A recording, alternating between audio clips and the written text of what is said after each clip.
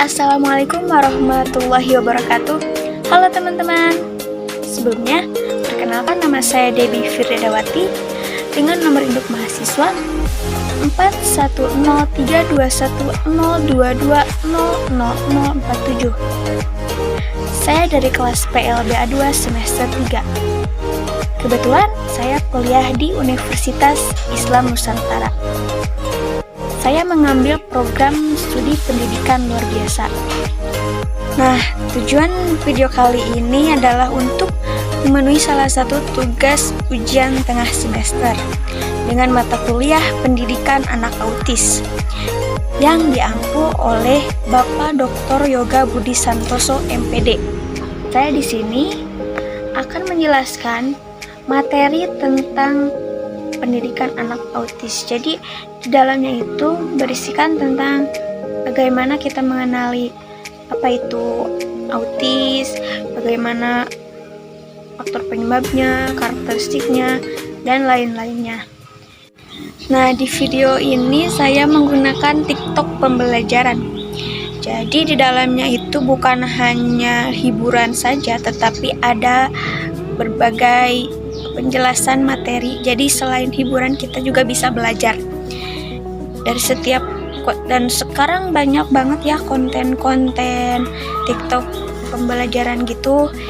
Itu sangat menarik sekali pada zamannya, mulai dari sekarang gitu ya. Jadi gunakanlah hiburan atau media sosial yang lain itu untuk belajar ya. Supaya dengan adanya TikTok pembelajaran ini supaya bisa lebih membantu atau kalian bisa mengetahui sedikit tentang ASD atau Autism Spectrum Disorder. Nah, nanti di akhir bakalan ada sedikit penjelasan materi yang sudah ditampilkan di TikTok itu ya, supaya lebih jelas lagi gitu. Oke, lanjut aja kita ke videonya. Semoga bermanfaat bagi kita semua. Selamat menyaksikan.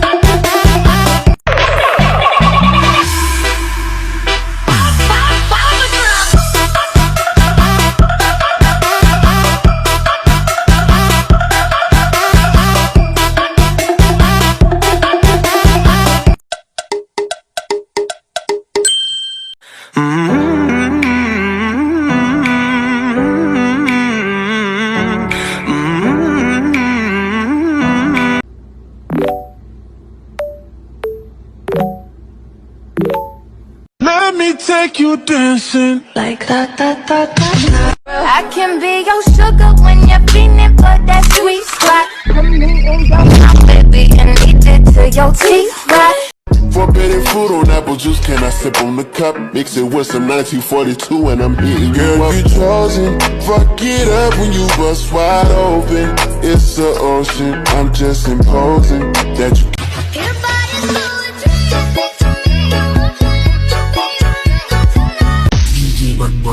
Remix.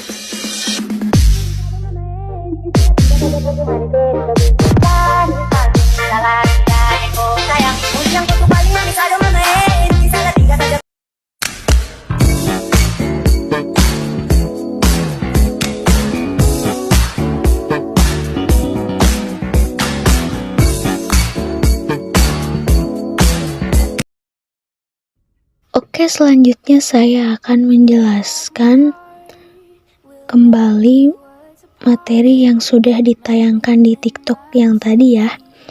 Semoga saya menjelaskan lebih dapat dipahami oleh kalian semua. Baik, yang pertama pengertian autism.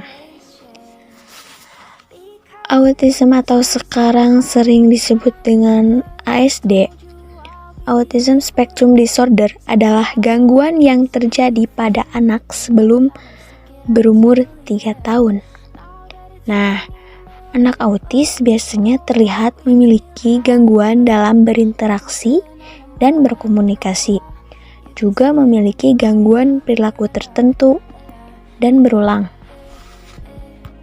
Tetapi, anak autis ini memiliki kecerdasan lain dengan IQ di atas rata-rata, sehingga mereka bisa lebih berkreativitas dalam mengembangkan kemampuannya seperti karya seni gitu. Nah, karena anak autis ini terbagi menjadi 3 tingkatan.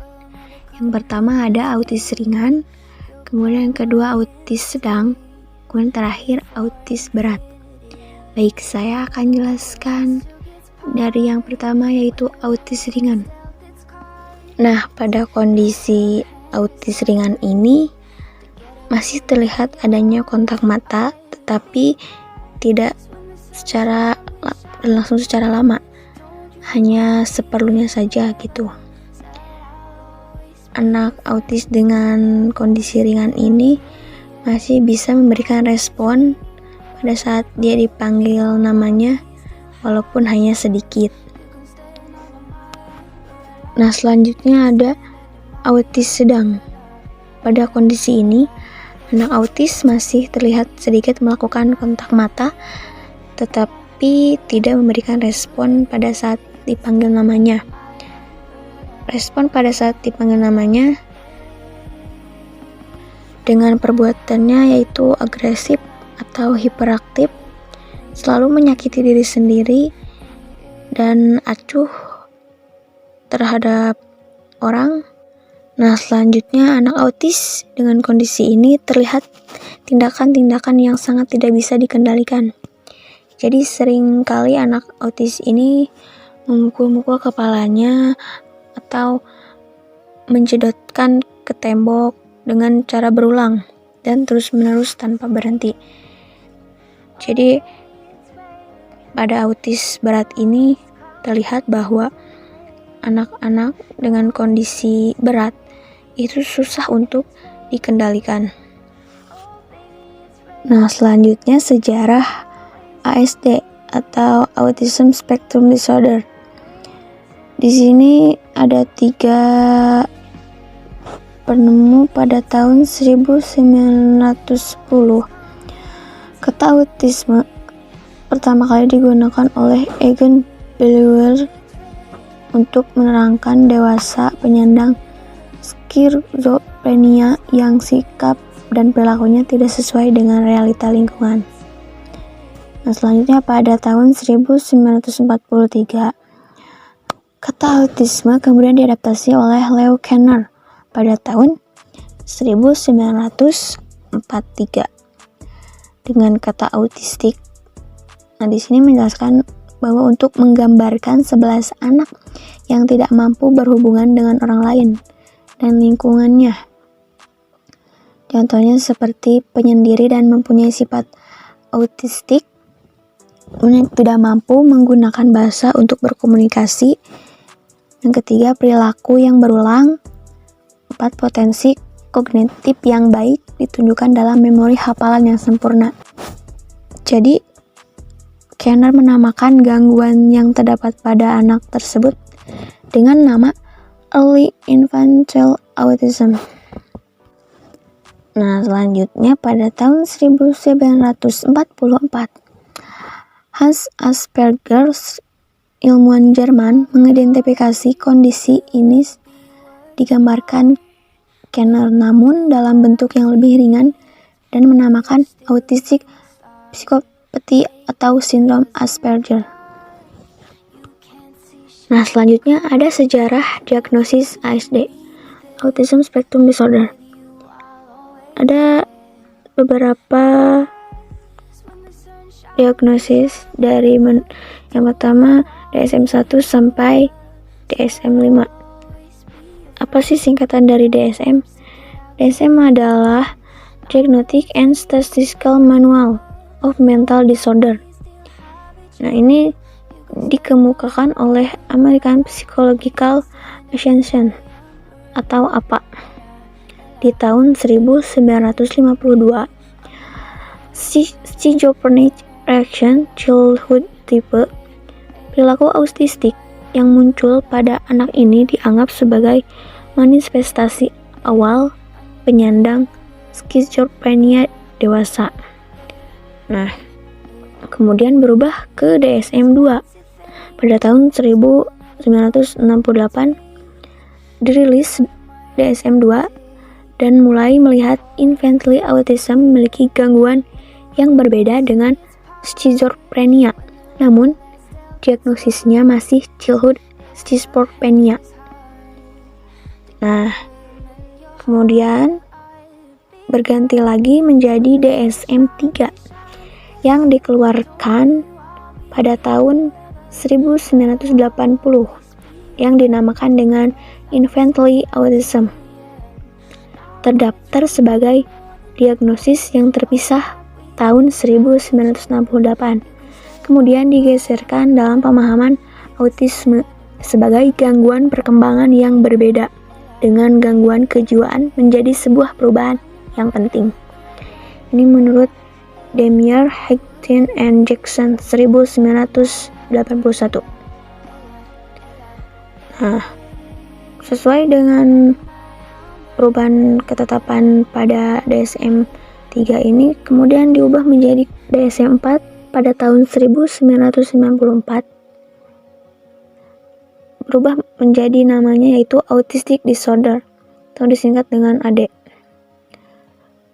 Nah, kemudian ada juga jenis-jenis yang diubah menjadi DSM-5 yang diberlangsungkan pada tahun 2013 yang dinamakan dengan Autism Spectrum Disorder atau ASD yang sering digunakan hingga sekarang. Itu menurut Michelle Ruther. Hal-hal yang membedakan antara DSM-4 dan DSM-5 yaitu ASD tidak sama dengan PDD. Apa sih singkatan dari PDD? PDD adalah Pervasive Development Disorder. Nah, sedangkan pada DSM-5, ASD adalah gabungan dari AD, AS, dan PDD-NOS. Nah, jadi tidak semua anak yang memiliki gangguan komunikasi sosial dan interaksi sosial serta perilaku yang berulang itu dinamakan autisme. Nah, selanjutnya karakteristik autism. Kriteria autism berdasarkan DSM-4 itu adalah gangguan kualitatif pada interaksi sosial, seperti tidak mampu menjalin interaksi sosial, nonverbal, kontak mata, ekspresi muka, dan lain-lain. DSM-4 ini ada gangguan kualitatif pada komunikasi, seperti tidak atau terlambat bicara. Terus ada gangguan perilaku terbatas, berulang, dan berpola pada minat dan kegiatan, seperti mempertahankan satu minat atau. Nah, kenapa diubah ke DSM-5? Karena ASD tidak lagi dianggap gangguan yang meluas dan mendalam, hanya mengenai aspek komunikasi sosial dan perilaku yang terbatas dan berulang. Selanjutnya, kriteria diagnosa ASD berdasarkan DSM-5. Kekurangan kemampuan yang persisten pada seluruh konteks komunikasi dan interaksi sosial, namun bukan karena keterlambatan perkembangan yang terjadi secara umum. Seperti contohnya, kekurangan kemampuan dalam timbal balik sosial emosional, lalu menggunakan perilaku nonverbal dalam berinteraksi. Selanjutnya, faktor penyebab autisme ini bukan karena pola asuh, melainkan karena faktor genetik atau faktor lingkungan juga bisa berpengaruh. Selanjutnya ada beberapa gangguan perkembangan yang menyerupai autism yang sudah disebutkan atau dijelaskan di video sebelumnya di TikTok ya. Itu yang pertama, baik saya akan jelaskan satu-satu. Pertama, gangguan pendengaran sangat berat. Jadi ini tuh perilaku yang akan timbul sangat sulit berkomunikasi dan interaksi sosial, menyendiri, dan sulit memahami yang ada di lingkungannya. Kemudian yang kedua, CP atau disingkat dengan cerebral palsy. Ini adalah gangguan dengan kerusakan otak yang sangat berat, sulit memahami bahasa, komunikasi, dan interaksi, serta motorik terhambat. Selanjutnya ada Rett syndrome.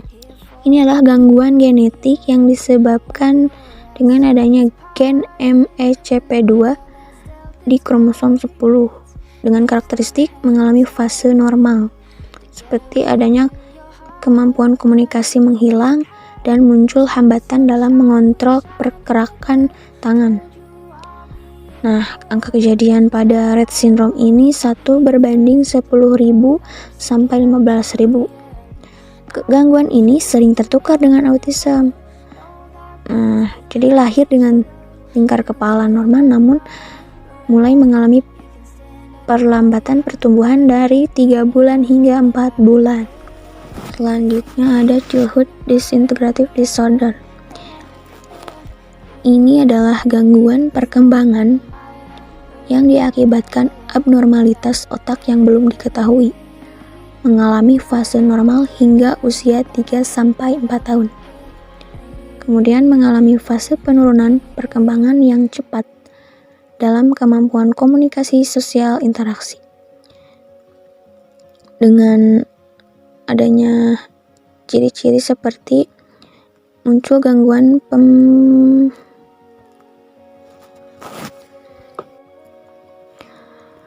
Nah, selanjutnya ada Fragile X syndrome. Ini adalah gangguan genetik yang disebabkan adanya kekurangan panjangan lengan pada kromosom X atau 10. Angka kejadian ini 1 berbanding 1.200 pada laki-laki dan 1.250 pada perempuan. Fragile X syndrome. Ini adalah gangguan genetik kekurangan panjangan lengan pada kromosom X. Nah, ada childhood disintegrative disorder. Ini adalah gangguan perkembangan yang diakibatkan adanya abnormalitas otak yang belum diketahui dan adanya penurunan komunikasi dan sosial interaksi perilaku yang terbatas dan berulang. Serta gangguan perilakunya munculnya gangguan pemrosesan sensori yang parah, misal mencium atau menjilat-jilat benda gitu. Williams syndrome. Ini adalah gangguan genetik yang jarang ya. Sampai sekarang belum diketahui penyebabnya. Perilakunya yaitu pendengaran yang sensitif atau mudah terdistrak. Nah, selanjutnya ada tuberous sclerosis, adalah gangguan genetik yang disebabkan adanya gangguan dalam gen di kromosom 9q34 dan 16p13. Gambaran perilakunya itu tidak bisa diam, kesulitan mengontrol perilaku, dan agresif. Kadang juga suka kejang-kejang atau epilepsi. Nah, dari beberapa diagnosis yang menyerupai autism, maka kita perlu adanya identifikasi dan asesmen pada anak dengan gangguan ASD. Identifikasi yang artinya adalah meneliti atau mencari informasi terkait dengan masalah yang sedang terjadi. Nah, pada identifikasi anak autis ini ada beberapa langkah untuk mengisi alat identifikasi khususnya pada anak berkebutuhan khusus. Nah, pada tahap yang pertama yaitu pengamatan umum atau screening, yang ditujukan pada anak usia dini dan belum ada diagnosa. Kemudian yang kedua, lakukan pemeriksaan kemampuan pendengaran. Yang ketiga, lakukan screening dengan instrumen yang khusus untuk autisme. Nah, setelah semuanya terisi, lanjut saja ke tahap kedua, yaitu dengan mengevaluasi autism dengan menggunakan DSM-5 ataupun DSM-4. Mungkin itu saja yang dapat saya sampaikan. Mohon maaf bila ada kesalahan. Wassalamualaikum warahmatullahi wabarakatuh.